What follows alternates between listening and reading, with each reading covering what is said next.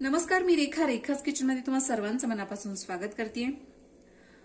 गरमीच्या दिवसांमध्ये आपल्याला थंडगार असं खायला आवडतं आणि अशा वेळी आपण मार्केटमध्ये जाऊन बरंच काही खात असतो। सो फालुदा तर सगळ्यांच्या आवडीचा असतो।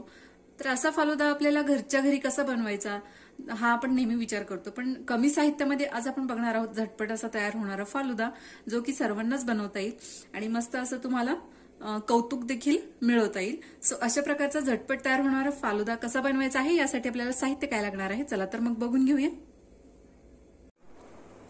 सो यासाठी आपल्याला लागणार आहे अर्धा लिटर दूध, भिजवलेला सब्जा। तर मी इथे साधारण 2 मोठे चमचे सब्जा बी भिजवून घेतलेले आहेत। अर्धा ते 1 तास आपल्याला पाण्यामध्ये हे छान असे भिजवून घ्यायचे आहेत। त्याचप्रमाणे 1 वाटी साखर, गोडाचं प्रमाण तुमच्या आवडीनुसार कमी अधिक तुम्ही करू शकता। रूअफजा किंवा रोज सिरप, आवडीनुसार ड्रायफ्रूट कुठलेही तुम्ही यूज करू शकता इथे।